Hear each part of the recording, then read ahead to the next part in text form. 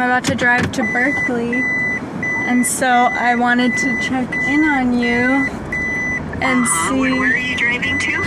I'm driving to Berkeley. To Berkeley? Yeah, in the Bay Area in California. I thought you were going to drive to see your mom. Well, I'm going to Berkeley just for a couple days, and then I am going to be in LA next week, moving out, and then next weekend I'm going to see my mom. Next weekend. Okay, Berkeley. What's taking you there? One of my good friends from college lives there. Quick pit stop for gas, and I was just thinking about this. Trigger warning, a little bit of like, not eating disorder, but like disordered eating patterns that still impact me a little bit today from when I was a kid. My dad used to be with this woman for 6 years, really formative years of my life, and we lived with her, and she had a lot of issues and would project those onto us, me specifically. But anyways, when I was younger, she met my mom, and my mom is a beautiful woman. She's genetically very slim, and this woman that my dad was seeing was a bit overweight, and she met my mom. She was jealous of her for many reasons, more pertaining to like my dad's, connection with her, whatever. I didn't know this till later when I was older, but she told my mom that she was going to make me hate my mom and make me fat, which speaks volumes about like her internalized fat phobia and like her own shit, and it's just like it's super fucked up on a lot of levels. But how that manifested for me was at every like family meal, I could not leave the dinner table until I'd finished my food. Mind you, she would give me the same portions as everyone else who, like, her kids were a lot older than I was, and I'd still have the same portion as like 6, 7, 8, 9, 10-year-old. And I would not be able to leave the table until I'd finished every bite.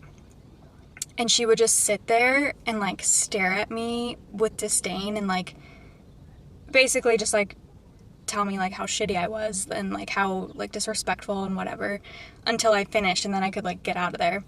So from a young age, that made me have like a weird relationship with food where it was like a means to an end, and I would like try to just get it down as quick as possible. I would take huge bites. I was eating portions that were like way too big for my appetite, and I just learned like to overeat, to eat really quickly, and then all of the socialization around like being a girl and always being like attractive, especially in front of like men or boys or whatever, transferred over to at school. Like I became so insecure. Well, first of all, I became so insecure about my body because I was gaining weight, and because that was the messaging around me all everywhere, still is. But I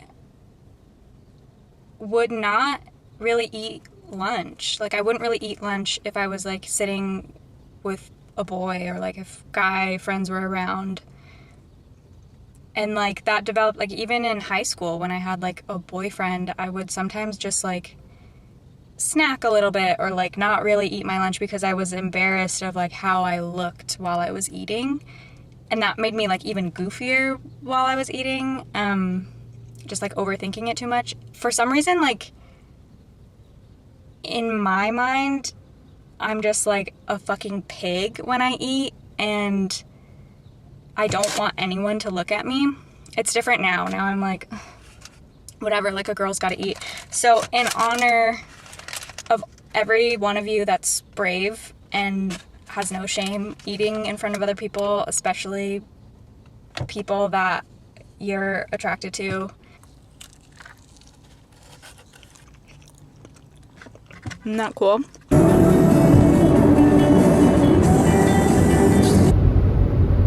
You see the moon?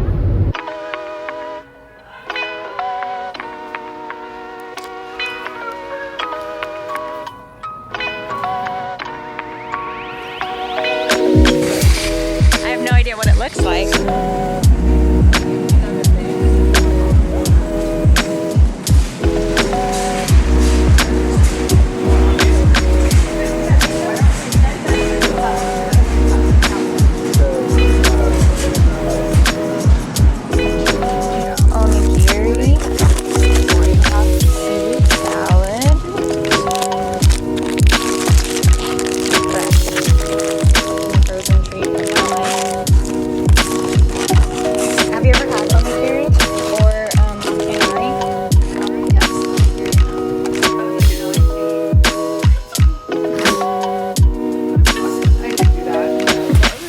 Why does it taste watered down? I watered it down.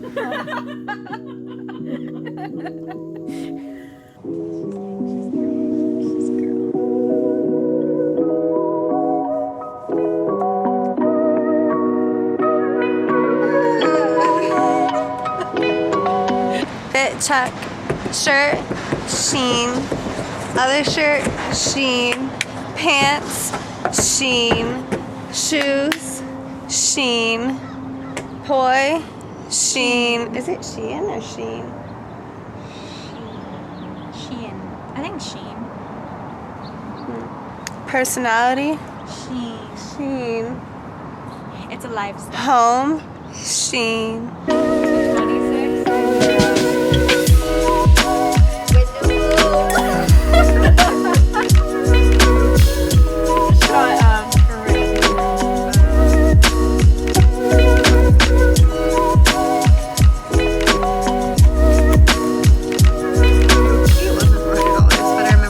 Did he get film with it too?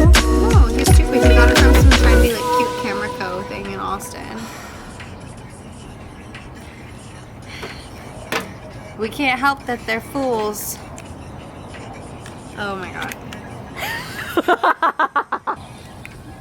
Whoa! Maybe a matcha. For a treat because we need dopamine. Our dopamine receptors are broken and that's why we're depressed. Really?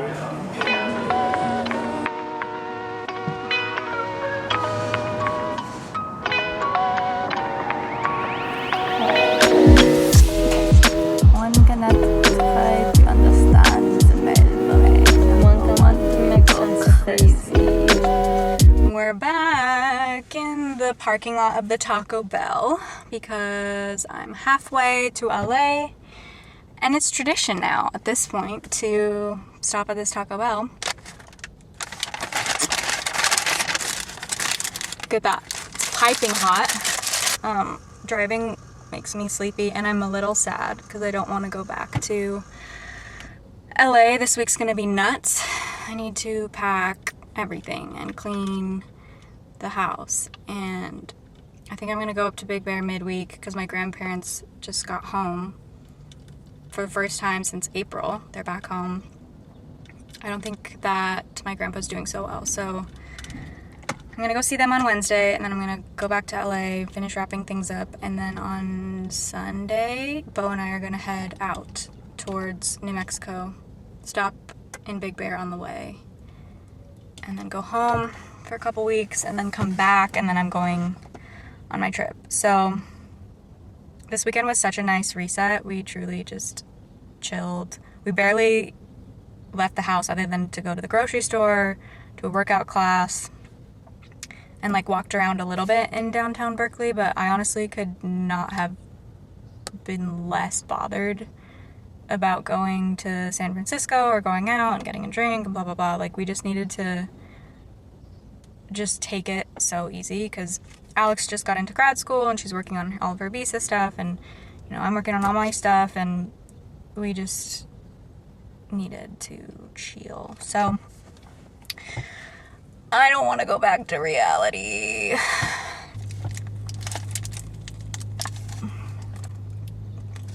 Hot.